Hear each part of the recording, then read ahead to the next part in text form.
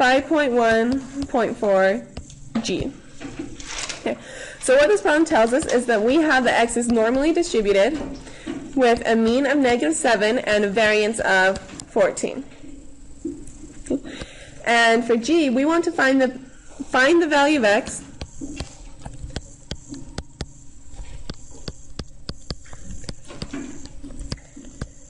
for which the probability that x is greater than or equal to that specific value is 0.27.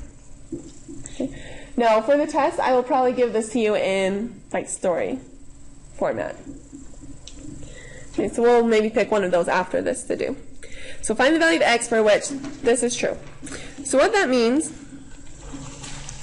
is I want the area in the right to be equal to 0.27. Okay.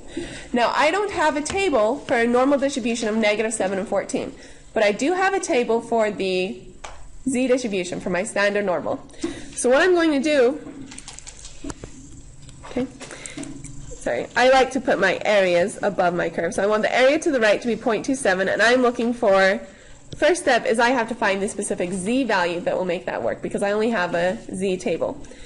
Now my z table only has areas to the left. This is an area to the right, so I should use the complement rule. Say if the area to the right is 0.27, then 1 minus 0.27 is 0.73. So the area to the left is 0.73.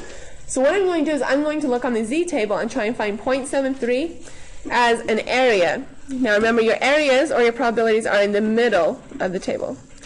So I'm looking for 0.73 in the middle.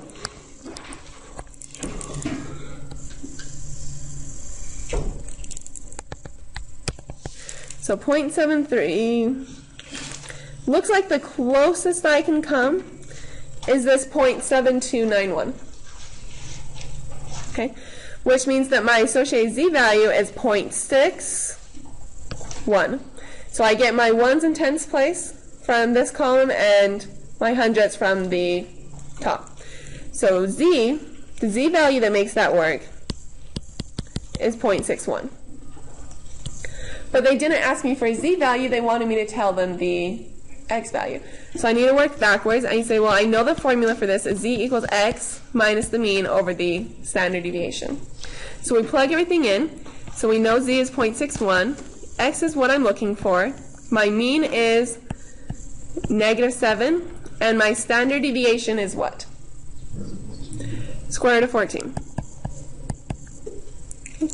And solve for x.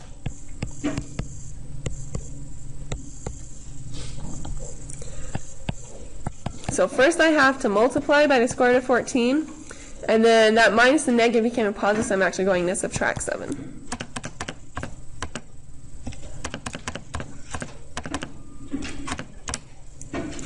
So negative 4.717.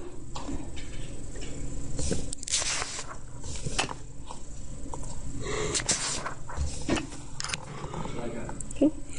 And the book technically has negative 4.7071. Why is it just a little bit different?